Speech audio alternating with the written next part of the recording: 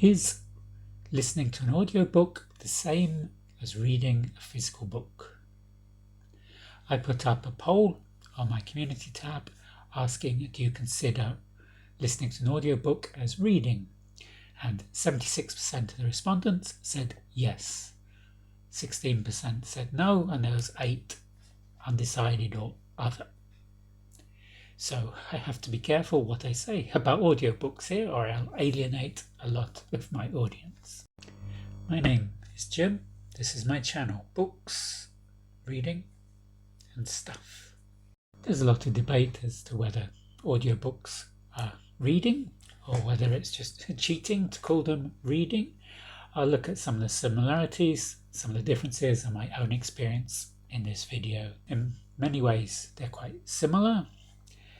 For comprehension, for many people, comprehension levels can be quite similar, whether listening or reading, especially with fiction. And for some, they retain information better as auditory input. Some people retain it better when they're reading the symbols on the page. As for the information intake, you're still absorbing the same information, the same content, the same words, the same story, the same ideas.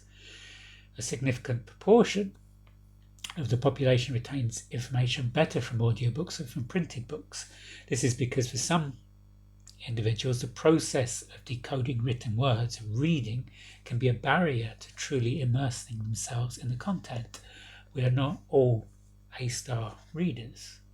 And as to cognitive engagement, both engage our brain, activate our imagination, and build our vocabulary.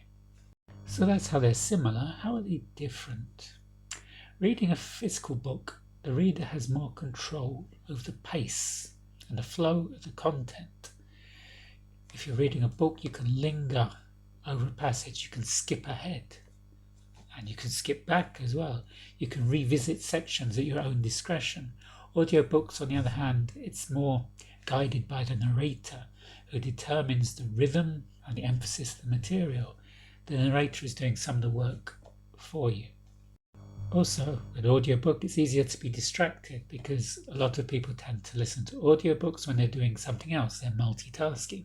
They might be driving, they might be gardening, they might be doing the dishes, but they might be doing something else and they could be distracted. I tried out Audible with The Stand by Stephen King, and sometimes I felt myself zoning out. I was walking around the town and just looking to cross the road. You don't want to be distracted too much.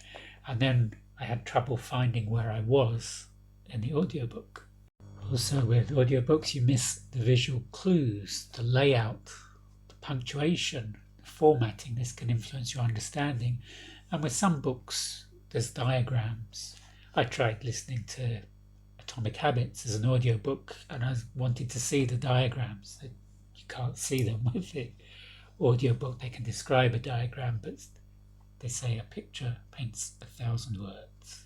There's been a great explosion in audiobooks in recent years, and in some ways they've democratized reading. Some people who have problems with reading, like those who might be dyslexic, they can be labelled as reluctant readers, but with audiobooks they can find the way of getting into reading through listening.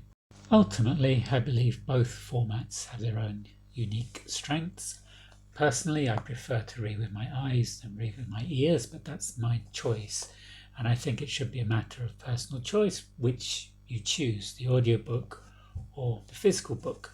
The important thing is, for me, that people are engaging with stories and ideas and in a way which works best for them.